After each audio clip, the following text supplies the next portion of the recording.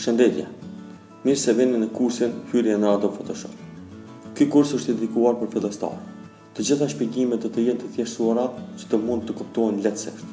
Ky është Adobe Photoshop. Me këtë aplikacion do të mësojmë se si të krijojmë vizionet të ndryshme.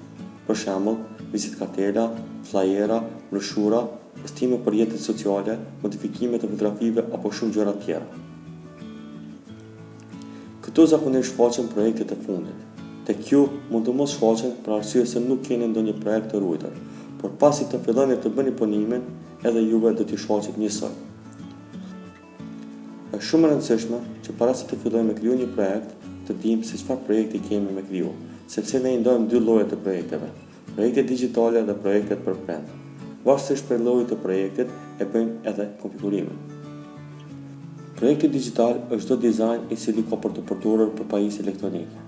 Për shembull, postime për rrjetet sociale, coveri për Facebook, dizajnimi aplikacione për telefon apo ndonjë web faqe. Ndërsa projekti për brand është çdo dizajn i cili printohet, për shembull, vizitë kartelat, flajerat, broshurat e tjera. Për të krijuar një projekt të ri, duhet të klikojmë Create New apo duke klikuar në menyn lart File New ose duke përdorur shkruesën CTRL-N. Është shumë e rëndësishëm përdorimi i shkruesave, sepse na bën më efikas në punë. Pastaj hapet kjo dritare.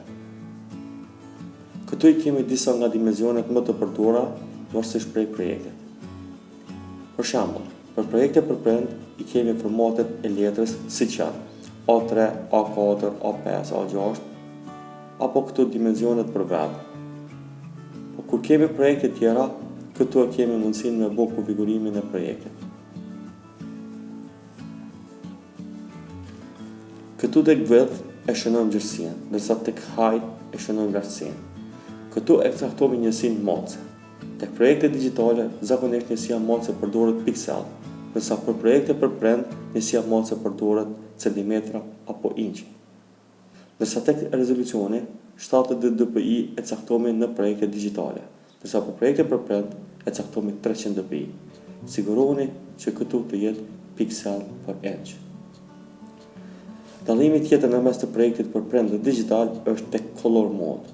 Për projektet digjitale e zgjedhim RGB, ndërsa për projektet për brand e zgjedhim CMYK. RGB është kombinimi i ngjyrave e kuqe, e gjelbër dhe e kaltërt, ndërsa CMYK është kombinimi i ngjyrave kaltërt, pembe, e berdhë dhe e zezë. Ndërsa këtu e kemi me zgjedh background-in. E kemi mundësinë me zgjedh ngjyrën e bardhë, të zezë, në një ngjyrë tjetër sipas dëshirës apo transparent. Shumicën e rasteve e zgjedhim të bardhë apo transparent. Kësaj radhe po e krijojmë një projekt për digital. Njësinë moce po e zgjedhim pikselen. Rezolucionin 72 dpi.